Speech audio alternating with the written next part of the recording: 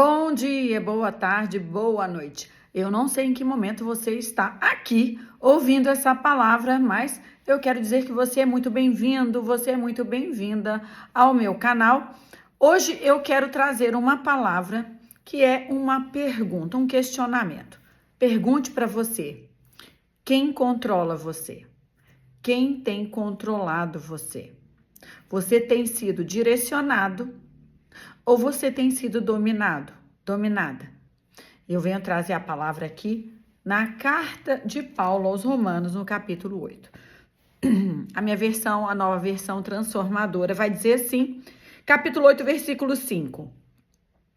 Aqueles que são dominados pela natureza humana pensam em coisas da natureza humana, mas os que são controlados pelo Espírito pensam em coisas que agradam o Espírito. Portanto, permitir que a natureza humana controle a mente resulta em morte, mas permitir que o espírito controle a mente resulta em vida e paz. Percebam aqui que nessa versão diz que pela natureza humana nós somos dominados e pelo espírito controlados. Na nova versão internacional em inglês dá a ideia que pela mente humana a gente vive conforme ela deseja. E pelo Espírito, nós vivemos em acordo com o que o Espírito deseja. A palavra de Deus, ela é clara. Se nós nos deixamos levar e ser controlados pelas nossas vontades, é isso que chama ser controlado pela natureza humana. Vamos separar um pouquinho o que é uma natureza humana. Mas, pastor, eu sou humano, eu tenho a natureza humana. Sim, você está certíssima. Nós temos a natureza humana como a nossa primeira forma de ser liderados. Mas a palavra de Deus vem dizer que essa natureza não só nos orienta, nos traz um conselho, mas ela é dominadora. Tudo aquilo que nos domina nos faz escravos daquilo. Tudo que exerce um domínio sobre a sua vida faz com que você seja escravizado por aquilo. Então, a nossa natureza humana, nós como pessoas apenas, se não temos a direção do Espírito Santo, a direção de Deus, a direção do nosso Senhor Jesus Cristo, porque nós só recebemos o Espírito Santo de Deus quando entendemos que Jesus foi e vai sempre ser o único que nos deu a possibilidade de um resgate, o único que nos trouxe a possibilidade de, quando chegamos diante de Deus, sermos considerados justos, porque Deus não mudou a natureza dele. Apesar do homem ter pecado, né, o pecado entrou por uma pessoa, ou seja, por Adão. Pecado começou ali. Deus nunca mudou a natureza dele. O Senhor sempre será, sempre foi Deus perfeito e santo. E como que nós, pessoas não santas, podemos nos chegar diante de Deus? Né? Sem santidade ninguém verá a Deus, a palavra de Deus diz. Mas através de Jesus Cristo. E essa é a importância do cristianismo. Ser cristão não é ter uma teoria, não significa nós termos várias opções na nossa vida e aí eu vou buscar qual é a teoria ou o estudo que mais se adapta para que eu tenha um estilo de vida. Não, cristianismo não é isso. Cristianismo é você entender que houve um Deus, um Cristo, que se assemelhou a nós, ele veio como humano também, para que o preço do pecado fosse pago. Deus, quando criou Adão, Eva, o mundo, ele dizia: se comer desta fruta, se comer disso aqui, você morrerá. Por quê? É um pecado. O Senhor não deixou aquela árvore para que fosse comida. E Deus não a tirou do jardim para que não fôssemos pessoas robóticas que não têm uma opção, né? Quando a gente fala para uma pessoa, você vai fazer isso, você não tem opção.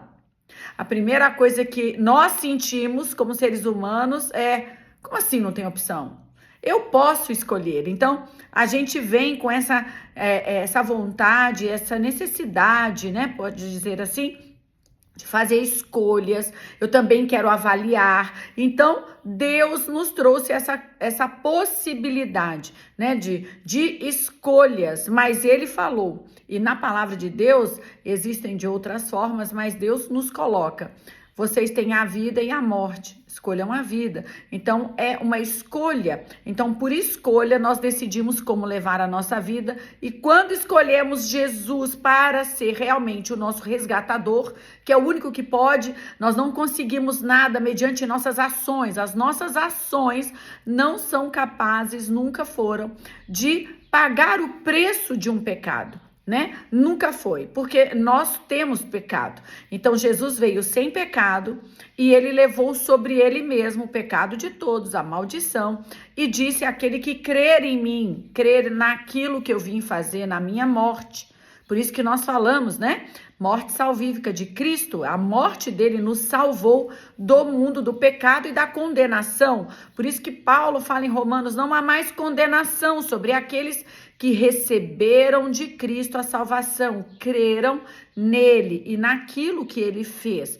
Então, quando nós cremos no Senhor Jesus, a palavra de Deus diz que nós passamos a ser, então, a casa, o templo, a morada do Espírito Santo de Deus. E como morada, nós passamos a ter a mente do Espírito Santo.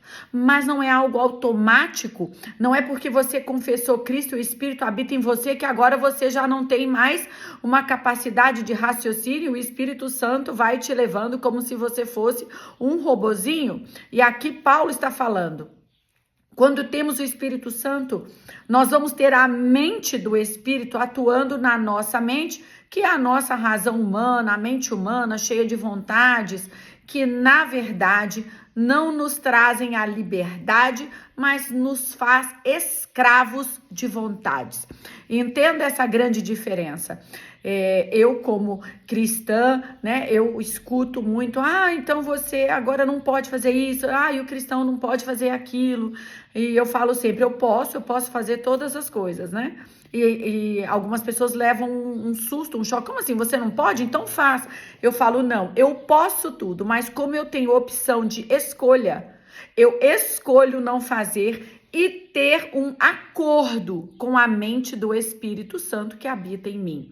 Eu entro em concordância com o Espírito Santo. Então eu escolhi. Então eu sou livre para escolher. Agora, quem não tem o Espírito Santo de Deus, Paulo diz que é controlado, dominado, está sujeito à vontade da carne.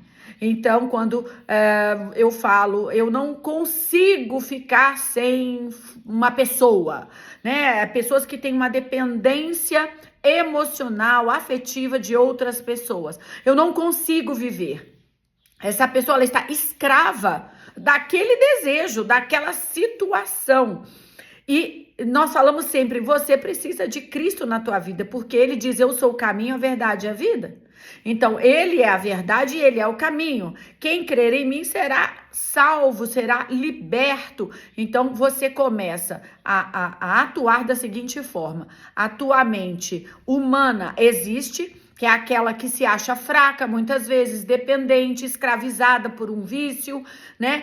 Escravizada pelo medo de todas as coisas, o medo de perder, o medo de nunca ter, né? O medo de não conquistar, o medo de morrer, o medo de adoecer e medos paralisantes. A mente humana nos escraviza no medo. Mas quando temos a mente de Cristo, nós decidimos entrar em acordo e vivermos conforme a mente de Cristo, aí nós vamos pensar com a mente de Deus, a mente de Cristo em nós.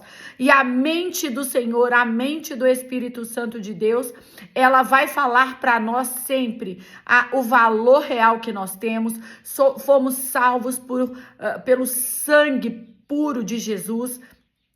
Ninguém poderia pagar esse preço, então nós somos importantes. A mente de Cristo vai nos ensinando que somos importantes sim, que temos um propósito, que não somos qualquer coisa, não somos qualquer um, que nós temos sim com Cristo o direito de viver uma vida plena, uma vida de paz, uma vida alegre, independente da situação real em que se vive ou que a sociedade está passando. Então, quem tem a mente de Cristo e anda em concordância com ela, começa a crer em milagres e, melhor ainda, viver milagres.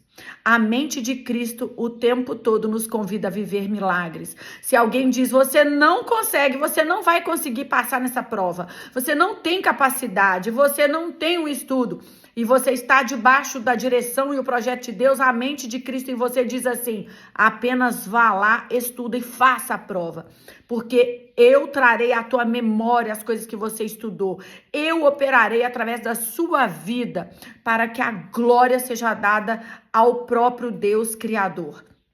A mente de Cristo, a mente de Deus, o Espírito Santo de Deus, nos traz uma coragem diante de uma notícia trágica, um laudo médico de morte. O Espírito Santo de Deus entra na nossa, está na nossa mente e começa a falar: eu sou Deus de milagre, sou eu que vou tirar você dessa situação. Então, quando nós estamos de acordo com a mente de Cristo, nós verdadeiramente temos paz, somos livres e podemos entender aquilo que Deus tem para nós e não aquilo que dizem de nós ou que a nossa natureza humana nos faz acreditar que nós vamos ter ou receber.